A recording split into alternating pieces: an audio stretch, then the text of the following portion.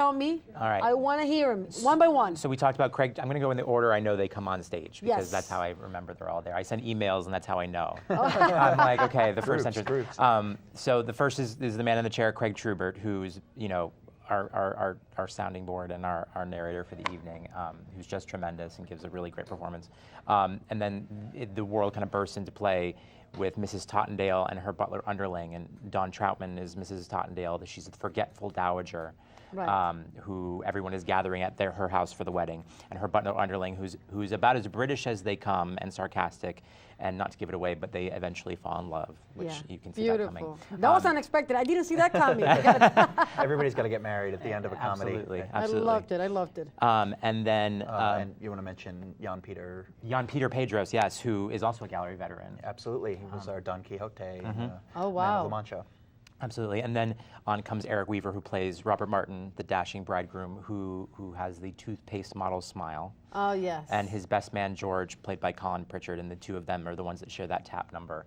Yes. That's quite beautiful. rousing. How long? Well, I'm sorry. We're gonna keep with the names. No. Go. With the routine, with the tapping. I mean, it's like that's. They were quick learners, quite They're honestly. quick learners. I mean, yeah. guys will come in, they know basically what they're doing, tapping-wise. But I assume you saw a lot of that in the auditions from various people.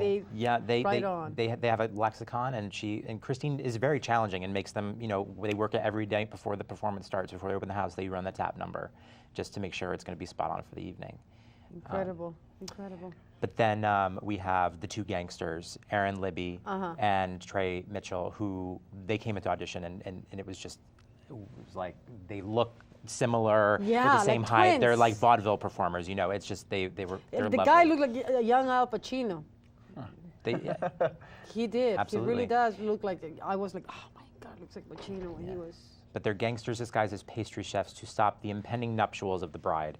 But and so the bride is played by Whitney Brannon, Janet, Yes. and she is giving up the stage to marry her groom, much to the chagrin of her producer, Mr. Feldzig. Come on, let's put it this way. Who would do that nowadays? A woman to leave the stage of the film for a man. Come on, guys. Honestly, Right, which is a symptom of the 20s. She probably wouldn't do that anymore. Exactly. I don't think Wouldn't be expected to. I mean, love is love. I don't want to use the B word, okay? But love is hard, and it's tough business. And as you learned in the Drowsy Chaperone, I mean, she questions it throughout the entire show, whether she should get married or not. But her producer, Mr. Feldzig, is there to stop the wedding. He's played by Robert Anthony Jones. We share a name, and he's quite fun to watch. And his flaky Corrine, who follows him, Kitty, who just wants to be on stage. Her. She just wants to be on stage. That's all she wants. She was loud. Meant to be loud. Yep, absolutely. She's quite a presence. Yeah, she is. She's having fun, I think, too. I think that's for the whole cast. Everybody's having a hell of a time. And Kitty's played by Megan Rosenblatt. Megan Rosenblatt. Who am I missing now? I'm in the order of. So Janet comes in. I want to make sure that we cover every single actor. We have Adolfo, who's the Latin Lothario. God, he was who's fun there. too. He's played by Edward Huvier, who actually has played the role also before, and he just wanted to do a show in Brooklyn, which I think is so awesome. Yeah. He was like, I'm doing a show in my hometown. This is why I'm here. And he threatens to steal the show from everybody. I mean, I think it's a tribute to the writers too, but he's giving a tremendous performance as well. And then Janet comes in, and then her chaperone, Lorin Lampert, who is just so world weary. That's why she's drowsy. That and the drinking, that was, She got great lines too. So they've got a couple of one-liners, absolutely. Those lines, people was cracking out. And we have our four ensemble members Jake Mendes, Jennifer Di Donato, Chloe Sabin, and Tyler Wallach, who also doubles as a superintendent at the end of the show when the whole world comes crashing down around our man. He comes in to fix the lights and the dose of reality. And then Trix, who's the aviatrix. Oh, yes. Who's played by Taryn Hagen. I liked that. That was nice. I loved it. I felt that, I don't know, it was like Fred Astaire, Ginger Rogers. You've seen all the time, and it was just, I don't know, I was in a different time, in a different place. I was in a different place last night. Well, I mean, I think that's also a credit to our design team. Maybe we ought to, throw in some names there too. Absolutely. I mean, the set was done by Jared Rutherford, who and he had designed the show before, and maybe you want to talk about that a little bit. But I know that he and Hans kind of really wanted to work to do something new, something that he hadn't done before. Yeah, Jared really wanted to change his perception of the storytelling and really work in the gallery space a little more, and really make this mammoth musical fit, the studio apartment that's going to be on stage. How do we conquer that, and the different surprises that come out, like the entrances. I don't want to give it away for anybody who's going to come see, but the set does do different things and opens in different ways to allow people to make entrances, and the pool like we talked about, and the different windows that come in that wouldn't normally be there. So he's quite wonderful, and we talked about Ryan and those beautiful clothes that they're wearing. Yes. I want a dress, guys. I don't know. That's your homework. With a small donation to the theater. Well. Now we're talking about business. Everything comes to money. But I saw that dress. All the costume is exquisite, and the lighting too. That's Brad Peterson. The lighting was beautiful. He paints with color. I mean, it's really, yes. It's quite remarkable how the two different worlds and the emotion comes out through that. And he did a stupendous job, and Kim Fiore-Carbone, who did our sound design, the phone rings, the answering machine, it all kind of creates the reality that comes bursting in, and it's like, wait, no. And just as we're talking about sound, that's a tricky thing in our space because we don't amplify the actors. They're not on microphone, so we tend to put the band in the back of the theater with the actors in front of them, so that there's more of a natural balance. But it takes a talented sound designer to, I know she was doing a lot of things, sort of masking off the sound and things like that to make sure that you can hear things the way you're supposed to. But for me, that's really part of the excitement about being at our space, is that you're not hearing people over the intercom system, you're not hearing them out of the speakers, you're hearing the authentic voices. Right. And they're right there with you, and it's not a complaint that I get, that people can hear them.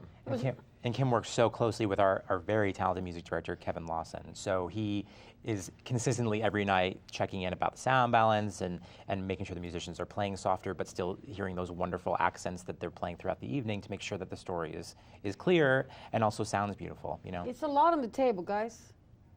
The production has a lot of elements. It's a musical, it's comedy, it's entertaining, it's like in and out, and costumes and sound. I was like, do they ever get a break?